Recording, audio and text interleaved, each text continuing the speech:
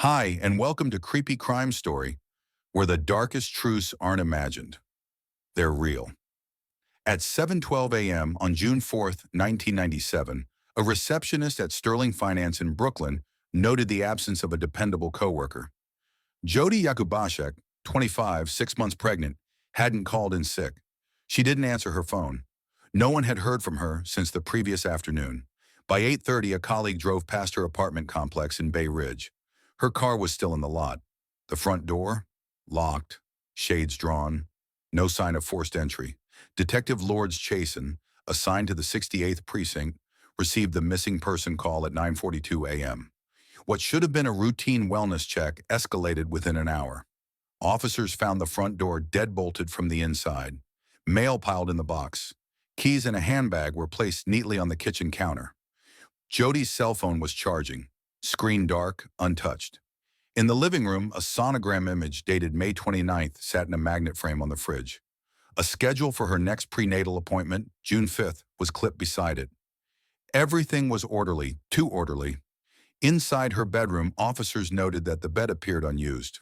Pillows were still plumped. A glass of water sat untouched on the nightstand. There was no sign of a struggle, no overturned furniture, no signs of broken locks, no missing valuables. Yet something didn't fit. She didn't just walk out, Chasen told dispatch. Not without her purse, not without her prenatal meds. In the bathroom cabinet, the prenatal vitamins were untouched. Jody had been taking them daily, like clockwork. Her friend Layla Tran confirmed via phone. She said they were the only thing keeping her from passing out lately. Layla also mentioned something else, something easy to miss. 2 nights earlier, Jody had said, "Someone's been watching me, or maybe I'm just paranoid." That remark didn't make it into the official report. Yet, no sign of forced entry, no signs of a robbery, no defensive wounds, but there was no Jody, no footprints leading away, no disturbances outside, nothing. At 11:17 a.m., investigators swept the complex security system. The surveillance setup was minimal, a single-mounted analog camera above the front entry. But the system hadn't recorded any data past 5:53 p.m. on June 3rd. The tape had run out. That was either careless or intentional. NYPD requested access to footage from a neighboring store across the street, a deli with a camera angled partially toward the apartment complex. The clerk handed over the VHS without resistance. Jody was last seen on that tape at 5:31 p.m., stepping out to check her mailbox. She wore black maternity leggings, a loose navy blouse, and held a small envelope. She was alone. She didn't come back on camera again. That envelope was found opened on her kitchen counter, a credit union statement. Her bank card, missing. Within hours, the unit escalated the case from missing persons to suspicious circumstances. They weren't just looking for a woman who'd left voluntarily. They were looking for someone who had vanished, quietly, methodically, and without leaving so much as a single smear of blood. At 4:06 p.m. that same day, NYPD received a report from a Chase Bank branch 5 miles away. 2 women, identities unknown, attempted to withdraw funds from a checking account flagged under Jody's name. Surveillance footage captured them from the side, one wearing a baseball cap, the other shielding her face.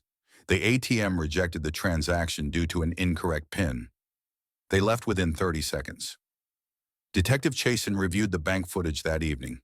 She rewound it again and again. Their movements were too smooth, she noted, too fast to be first-timers.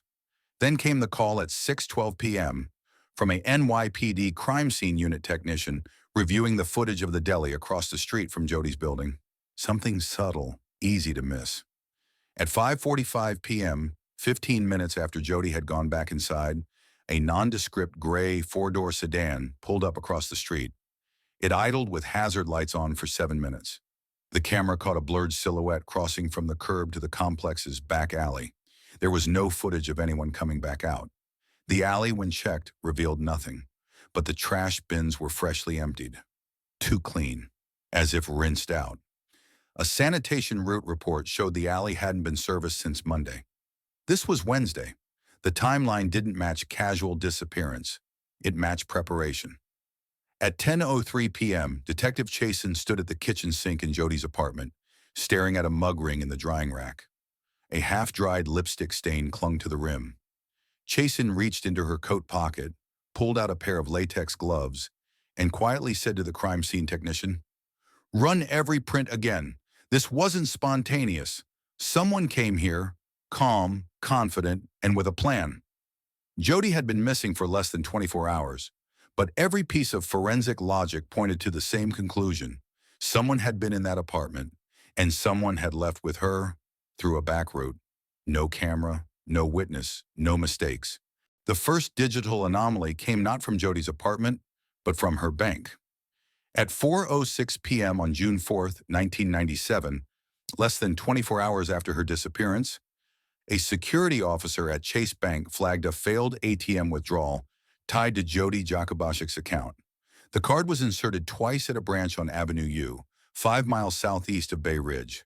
Both attempts were rejected due to an incorrect PIN. What made the incident suspicious wasn't the failed access. It was the timing and the footage. The camera above the ATM caught two women approaching, one in a Yankees cap, the other wearing a loose hoodie, partially obscuring her face. They stood shoulder to shoulder, exchanging whispers with the card moving from one hand to another. The timestamps on the footage read 3:58 and 4:02 p.m. In both attempts, the withdrawal amount was set to $100. They left without hesitation after the second decline. No panic, no delay. Detective Chasen requested the footage within 2 hours. Reviewing it with the Financial Crimes Unit, she froze the frame at the moment the card was ejected. The woman in the hoodie looked briefly toward the camera. Not directly, but enough to catch a partial facial profile. She wasn't in the system. No match came up through NYPD's facial recognition database.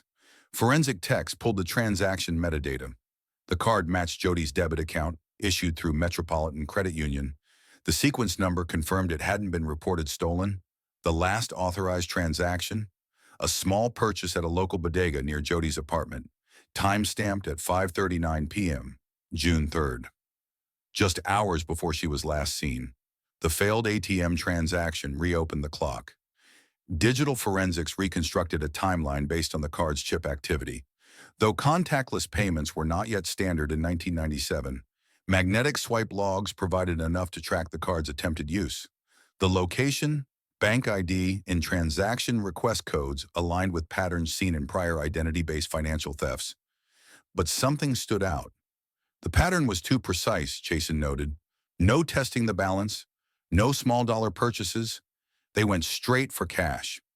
Typically, when someone steals a card without a PIN, they test it at a gas station or store. Low risk, high surveillance avoidance. Here there was no ramp up. Whoever used the card knew it belonged to someone missing, and they didn't flinch when it failed. That raised a procedural question.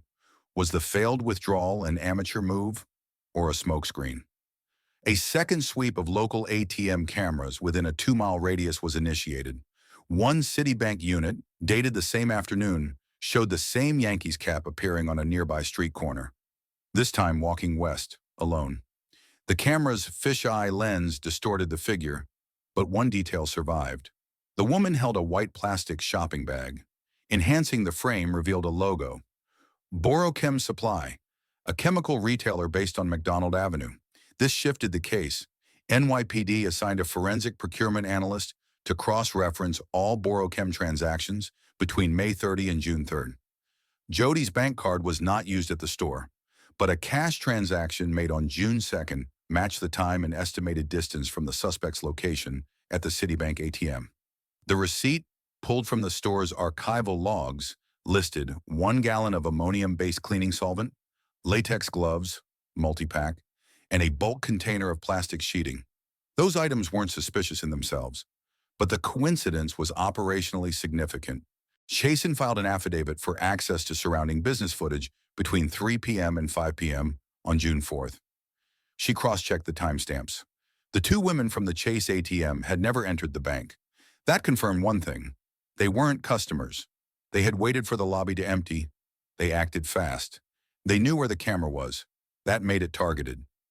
At this point, the case file was upgraded to Level 1 felony suspicion, an internal NYPD classification used for missing persons with verified criminal exploitation attached. The failed transaction became more than financial fraud.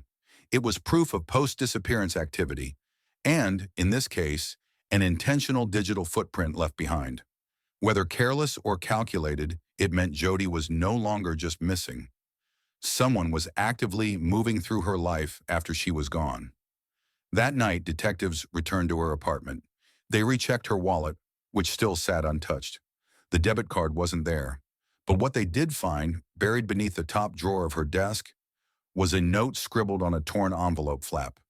"Don't let her inside again. Too aggressive. Said it's not over." It was unsigned, no date, but the handwriting matched a greeting card Jody had mailed to her cousin the week before, now recovered through the family. By the end of day 2, Chasen had a working theory. Not a suspect, not even a motive, but a procedural outline. The behavior wasn't opportunistic, it was specific. Someone close enough to know her pin was wrong. Someone trying to draw attention or cover tracks. Either way, this wasn't spontaneous. The pressure was growing. Statistically, pregnant women reported missing without medical history and with no signs of depression are found dead within 72 hours, if foul play is involved. The window was closing. June 5th, 1997. At 7:14 a.m., a sanitation worker reported a suspicious odor near a drainage culvert along the Coney Island shoreline, just east of West 33rd Street.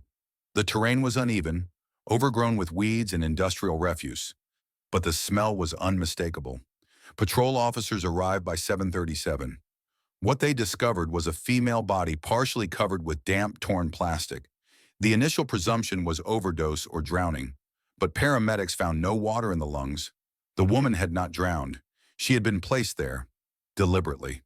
The body was curled into a partial fetal position, limbs angled unnaturally. She was fully clothed, but the blouse and leggings were soaked through and chemically discolored. Bruising was visible around the mouth, neck, and wrists. A closer inspection showed skin irritation around the lips, nose, and chin. Deep, red burns not caused by the environment. It was chemical. Inside the right jacket pocket, there was a laminated insurance card. Jody Jakubaszek. By 9:08 a.m., the scene was sealed. NYPD's crime scene unit arrived with the forensic pathologist. Chasen was called directly. She arrived without speaking, just nodded and stepped beyond the yellow tape. The area had no working security cameras. The closest structure, a condemned storage unit, hadn't had electricity in 5 years. But the layout offered concealment. It was a known dumping ground for stolen property and small-time drug activity. Nobody lived there. Nobody looked there. Jody's body was transported to the office of the chief medical examiner by 10:32 a.m. The autopsy began that same evening. Forensic pathologist Dr. Terrence Wong led the examination. The initial findings were conclusive. Cause of death: acute chemical pneumonitis from forced ingestion of a caustic cleaning solution. Specifically, the compound matched ammonium hydroxide at industrial strength, consistent with commercial-grade cleaners. There were no signs of blunt force trauma to the head or chest. However, petechial hemorrhaging around the eyes confirmed asphyxiation. The chemical had destroyed portions of her esophagus and trachea before death. Toxicology reported no sedatives, narcotics, or alcohol. She had been fully conscious when the substance was administered. A separate finding complicated the narrative. There was ligature compression along both ankles, faint but present, possibly tied at some point, though not during death. No bindings were found at the scene. No defensive wounds on the hands or arms. That suggested either unconscious compliance or multiple individuals involved. She was 6 months pregnant. The fetus was undeveloped but viable. Had she survived, doctors estimated a 40% chance of premature birth with proper emergency response. But she'd been dead for at least 12 hours before discovery. Further forensic analysis of the clothing revealed traces of polyethylene fiber consistent with plastic sheeting, likely used to transport or cover the body before disposal. Chemical residue on her skin matched the solvent purchased at Borochem Supply 2 days prior, connecting the forensic chain to the bank card anomalies in Chapter 2. No fingerprints were recoverable from the plastic. It had been wiped or handled with gloves. Shoe impressions at the scene were fragmented due to water pooling, but one partial outsole pattern was preserved. A women's size 9 athletic sneaker. New Balance brand. Back at the precinct, Chazen reviewed the neighborhood grid. The disposal site required vehicular access. Narrow, uneven road. Not a location a stranger would stumble across. Someone had been here before, or was shown. A missing woman had become a confirmed homicide. The press didn't have the full details. The NYPD held a limited statement. The victim was identified as Jody Jakubaszek, 25. Investigation is ongoing. Privately, Chazen noted in her report, the method of killing and the disposal choice indicate personal motivation and prior familiarity with victims' habits. This was not opportunistic. Jody's family was informed late that evening. Her mother was quoted off record.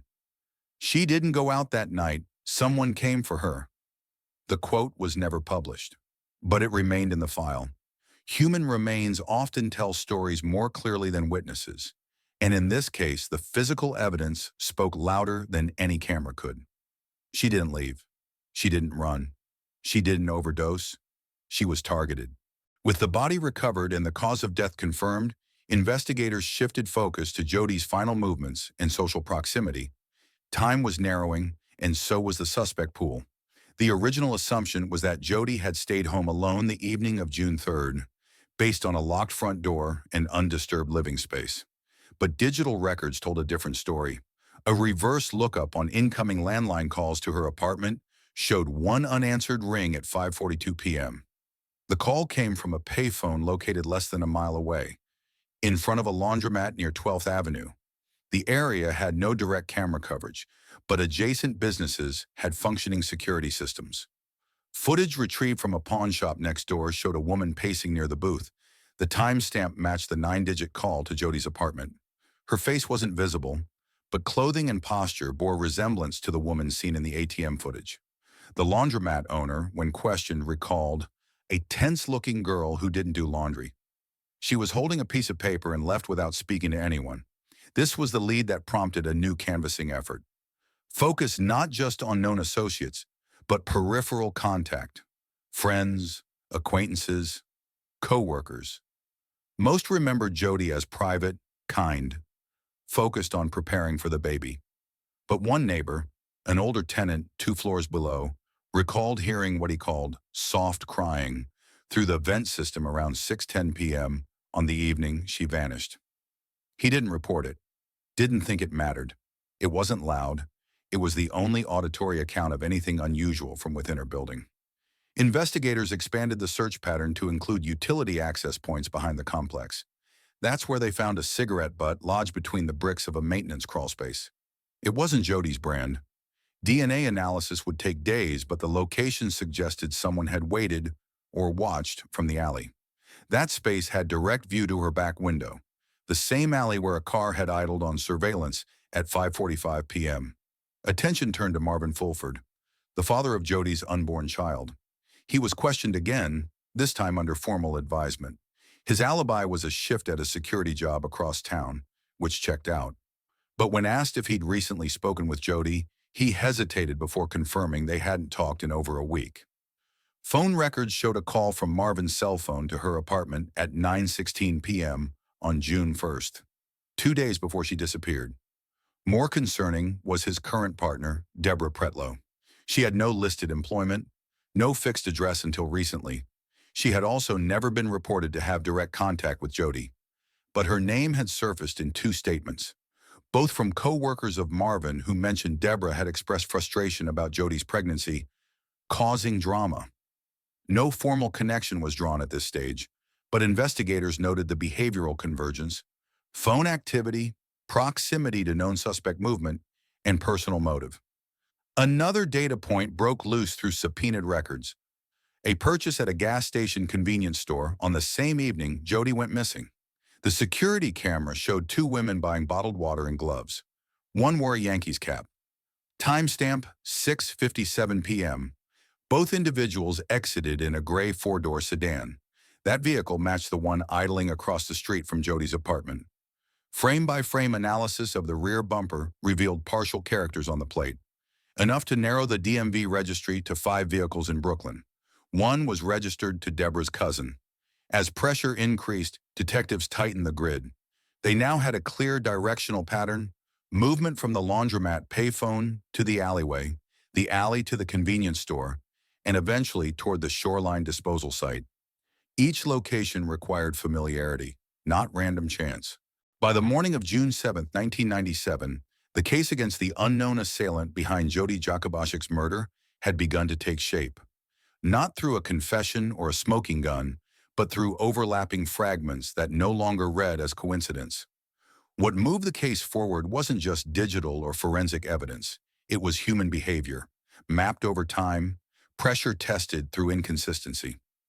Detectives re-interviewed one of Marvin Fulford's co-workers, who had casually mentioned earlier that Deborah Pretlow had opinions about the pregnancy.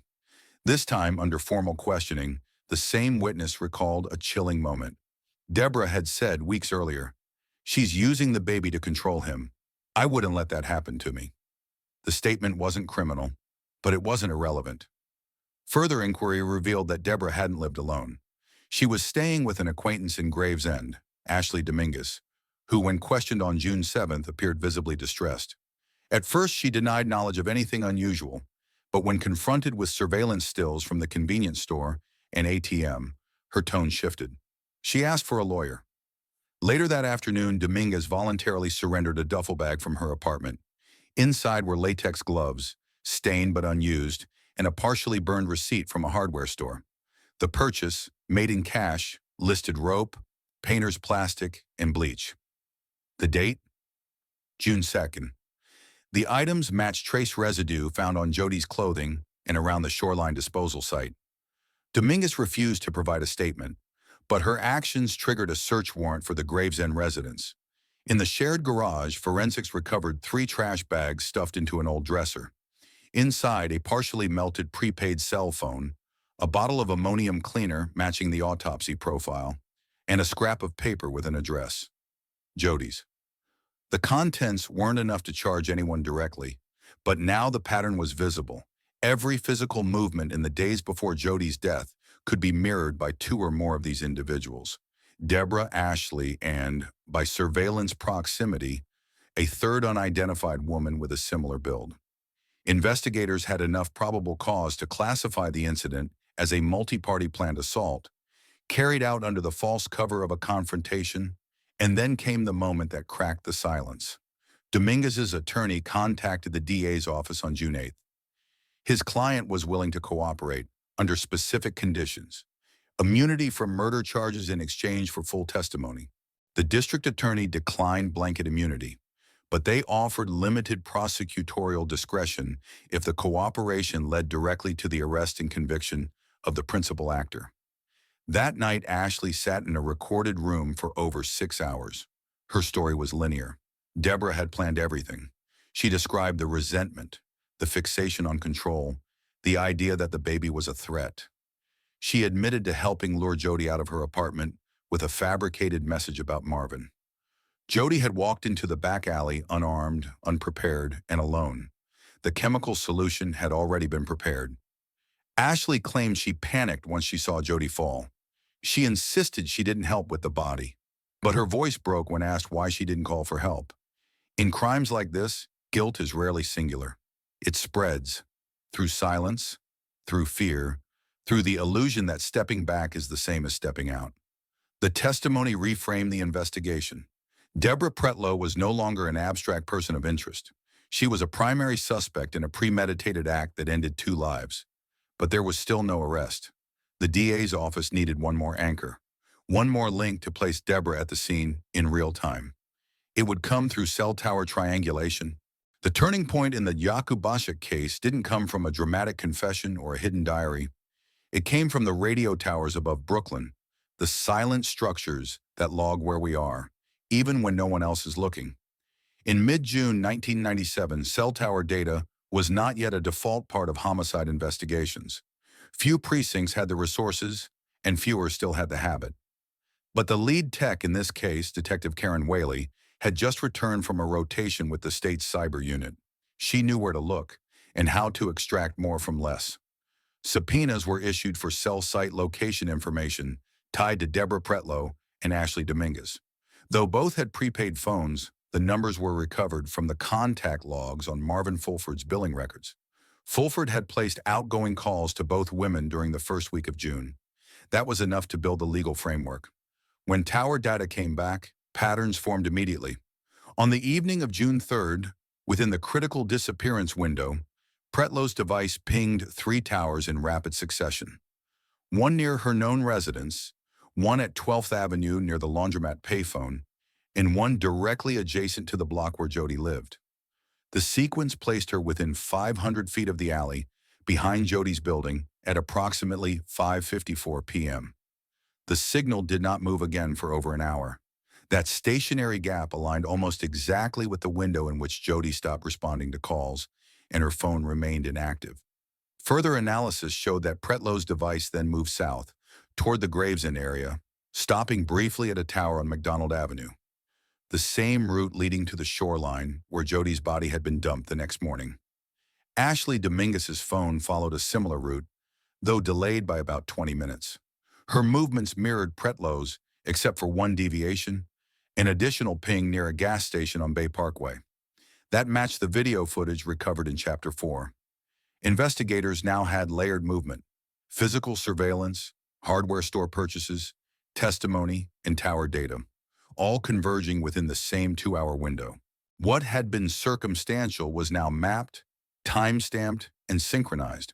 The final piece came from a forensic image of the prepaid phone recovered in the garage. Though damaged, the SIM card remained partially readable. A deleted message fragment was retrieved. "Just come to the back." No timestamp, but it was stored in the outbox. That meant it had been sent, not received. And the only known recipient? A number tied to Jody's apartment landline. For the DA's office, this data changed the prosecutorial landscape. It moved motive into premeditation. It proved the suspects were present at the key locations. It linked the burner phone to the victim's known contact. It showed travel consistent with staging and disposal. Legally, it was enough. On June 12th, a coordinated arrest was executed. Deborah Pretlow was taken into custody without incident. She refused to answer questions. Dominguez, still under partial cooperation agreement, was booked on lesser charges pending trial. The third woman, still unnamed in reports, remained at large. The digital trail had done what witnesses could not. It put a person at the scene, at the moment, with no way to explain it away. In homicide investigations, truth rarely arrives in one piece. It comes fractured, in call logs, in movement, in silence. What makes a case strong isn't the emotion, it's the alignment. When every system says the same thing, you're no longer chasing a story. You're reporting the facts. By June 13, 1997, the arrest of Deborah Pretlow was no longer just a matter for homicide detectives. It had become a matter of public interest. A young pregnant woman had been found murdered near Coney Island, her body left in a state that disturbed even seasoned forensics personnel. Now, the woman at the center of growing suspicion, accused not just of violence, but of premeditated elimination, was in custody. At her arraignment, Pretlow showed no visible emotion. Dressed in a court-issued jumpsuit, she entered her plea through assigned counsel. Not guilty. The courtroom was quiet, packed with media and members of the Yakubashik family. For the district attorney's office, the next challenge would not be emotion. It would be establishing a narrative the jury couldn't dismiss. One built entirely on data, movement, and motive. Prosecutors began compiling a structured evidentiary brief. Their approach was clinical. No sensationalism. Every element had to hold against scrutiny. The foundation rested on 3 pillars: forensic alignment, behavioral consistency, and corroborated testimony. From Chapter 6, the location tracking had locked Pretlow near the alley where Jody was last believed to have been seen. The signal remained stationary long enough to suggest she wasn't simply passing by. The burner phone found in the garage had already been linked via SIM analysis to a message directed toward Jody's apartment. The partial content, "Just come to the back," aligned with the timeline of Jody stepping outside. Ashley Dominguez's recorded testimony filled the narrative gap. Though she hadn't physically touched the body, her admission of participation in the planning was critical. It placed Pretlow in a leadership role. Ashley confirmed Pretlow had researched chemical compounds and had intentionally chosen a solution that wouldn't leave too much visible trauma, a miscalculation that, ironically, preserved the cause of death. The forensic team submitted lab confirmations on the plastic sheeting, the ammonium hydroxide compound, and the matching traces on both Jody's clothing and the interior of a vehicle registered to Pretlow's extended family.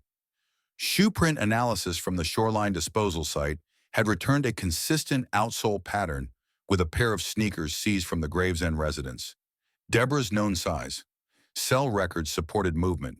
Witness accounts reinforced attitude. But without direct physical evidence tying Pretlow to the moment of death, no DNA, no fingerprints, the prosecution leaned heavily on interconnected behavior and circumstantial reliability. What helped their case was Pretlow's refusal to speak. Her silence, though constitutionally protected, became a strategic liability. It left prosecutors free to define motive through third-party accounts and forensic implication, unchallenged by personal narrative. Meanwhile, media outlets circulated the few known photos of Jody, one from her office badge, another from a family cookout just weeks before her death. The contrast was sharp. It was never the prosecution's job to elicit sympathy, but the public response grew louder with each headline. Pregnant woman killed over relationship jealousy. Brooklyn chemical murder raises questions on domestic threats. In an internal memo circulated within the NYPD, one phrase stood out. This was not just a homicide. It was a decision that 2 lives were expendable. Outside of the courtroom, the narrative unfolded in conversations around safety, protection, and systems that fail to identify escalation before it becomes irreversible. It wasn't the first time a former partner had become a perceived threat to a new relationship. But the silence that followed Jody's earlier concerns now read as a warning ignored. Her apartment, sealed since June 4th, was re-entered for final documentation. A small ultrasound photo remained magnetized to the fridge. Nothing had been moved. A gentle reminder that even in the presence of life, violence can be systematic and calculated. The state began preparing the indictment. Counts included second-degree murder, manslaughter of an unborn child, criminal conspiracy, and evidence tampering. Dominguez, as part of her limited agreement, would testify. Prosecutors debated whether to pursue felony murder or target specific premeditation. The trial would come later. But already the groundwork was in place, not through spectacle, through alignment. Testimony confirmed what forensic data mapped. Tower pings supported behavioral timelines. No single piece proved guilt. Together, they formed a structure too consistent to ignore. The trial of Deborah Pretlow began on October 6, 1998, 16 months after Jody Jakubaszek's murder. The courtroom was not filled with drama. There was no outburst, no sudden confession, only methodical presentation of evidence that, piece by piece, made the timeline inescapable. The prosecution didn't lean on outrage. They relied on structure. They walked the jury through the cell tower data, overlaid with surveillance footage, cash purchases, and recovered messages from a damaged burner phone. They tied Deborah to the route, to the alley, to the chemicals, and finally to the silence that followed. Ashley Dominguez testified under oath. She described the planning, the recruitment, the rationalizations. She admitted her own participation, never once minimizing her involvement, but she pointed to one decision-maker, one directive, one person who insisted it had to be done before the baby came. The defense had little ground. There was no physical evidence like fingerprints or DNA, but that was not enough to seed doubt. Every detail aligned: movement patterns, voice records, chemical compounds, physical proximity. The jury didn't need a smoking gun. They needed consistency, and the case delivered. On the 10th day of testimony, the jury deliberated for less than 5 hours. The verdict was read aloud at 4:37 p.m. Guilty. Deborah Pretlow was convicted of second-degree murder, criminal conspiracy, manslaughter of an unborn child, and tampering with physical evidence. She was sentenced to 25 years to life. No parole eligibility for at least 2 decades. She did not react. No statement, no apology. Her attorney declined all media questions. For the Jakubaszek family, there was no visible relief. A sentence can't replace a life, or 2. But it closed the procedural wound. It ensured that the facts were heard, documented, and entered into record, not just memory. What happened after the verdict was less visible, but equally real. In prison, Pretlow became a model inmate. Over the years, she completed dozens of behavioral rehabilitation programs, earned a GED, and later, through a correspondence education track, earned a master's degree in professional studies. Her disciplinary record was clean. She never contested the sentence. She never expressed remorse. In October 2023, after serving 26 years, Deborah Pretlow was released under standard parole supervision. Her release was lawful. Her name disappeared from headlines almost instantly. She returned to a quiet home under family care. To date, she has not spoken publicly about the crime, but the people left behind continued to speak. In 2000, Jodi's former co-workers created a small scholarship in her name, supporting young single mothers pursuing accounting and finance degrees. Later, her family launched a nonprofit called Jodi's Voice, focused on early intervention in cases of intimate partner threats, especially where pregnancy becomes a control point. They didn't build the nonprofit out of vengeance. They built it because too many women never report threats from people who once shared their lives. In Jodi's case, there was no restraining order, no police report, just a gut feeling, a lingering discomfort she shared once quietly with a friend. And that was never enough. Law enforcement officers close to the case later spoke candidly. Jodi's murder was not a crime of passion. It was not spontaneous. It was an organized elimination of what someone viewed as a threat to control, to image, to status. The method, the use of industrial chemical, the remote disposal, the burned-out phone, indicated premeditation on every level.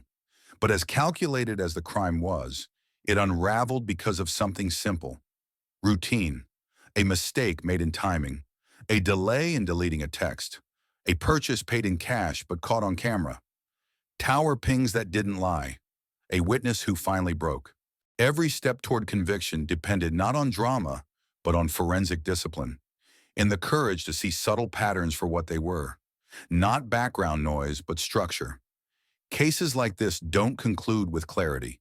They conclude with a reminder. Justice, in its best form, is measured in procedures followed, in stories heard, in decisions made not out of anger, but out of commitment to process.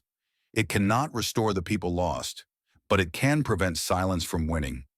Jodi was never famous. She never made headlines in life. She lived a quiet existence, excited to become a mother, planning for a future that never came.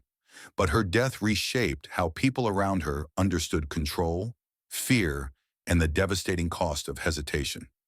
In criminal justice, motive may explain, but it never justifies. And in cases like these, the question is not how evil someone is willing to be. The question is, how many signs will be ignored before that evil is allowed to act? Some stories don't end with peace. They end with a pause that reminds us to pay attention. What happened to Jodi Yakubashek wasn't a moment of madness. It was a pattern ignored, a warning left unheard. And if you're listening now, maybe that's the point. If you feel something's off, trust it, speak, document, reach out, because silence protects no one. I shared this story not just to tell you what happened, but to remind you what still happens. What would you do differently now? Have you ever felt the signs before they became too late? Let's talk in the comments. And if this video meant something to you, drop your thoughts below or just tell me what city you're watching from. And hey, if you're still here, go ahead and subscribe. Stories like this need witnesses.